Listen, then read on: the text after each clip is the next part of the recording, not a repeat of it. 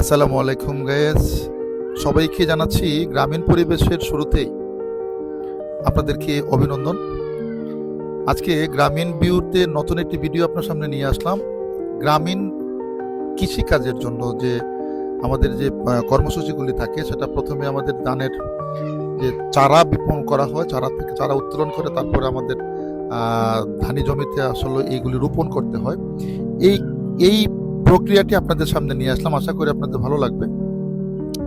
এই ভিডিওটি দেখে আপনাদের অবশ্যই ভালো লাগবে এবং অবশ্যই ভিডিওটি দেখে আমাদেরকে সুন্দর সুন্দর গঠনমূলক কমেন্ট করে আমাদেরকে সামনে আরও ভিডিওগুলি উপস্থাপন করার জন্য, প্রেজেন্ট করার জন্য অবশ্যই সুন্দর সুন্দর কমেন্ট করে সহযোগিতা করবেন। আমরা এই মুহূর্তে যে কাজটি করছি সেটি হলো ধানের চারা উত্তোলন করছি।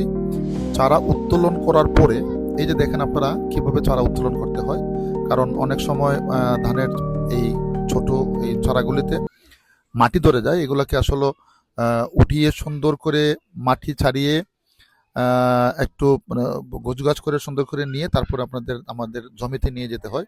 আসলে সেই কাজটি এখন করা হচ্ছে। আশা করি আপনারা যারা ভিডিওটি দেখছেন অবশ্যই আপনাদের ভালো লাগবে।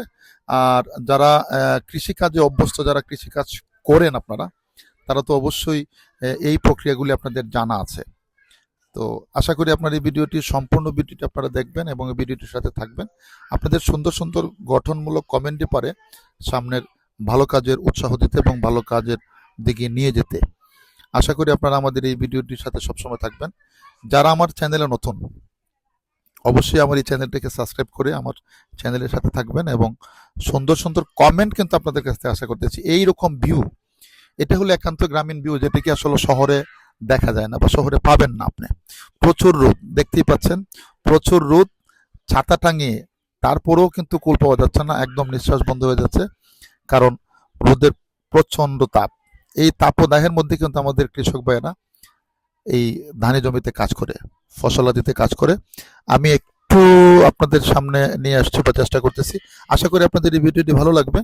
অবশ্যই সুন্দর সুন্দর গঠনমূলক কমেন্ট করে আমার ভিডিওর সাথে থাকবেন। আজকের মতো এখানেই বিদায় নিচ্ছি। ভালো থাকবেন, সুস্থ থাকবেন। আল্লাহ হাফেজ। আসসালামু আলাইকুম।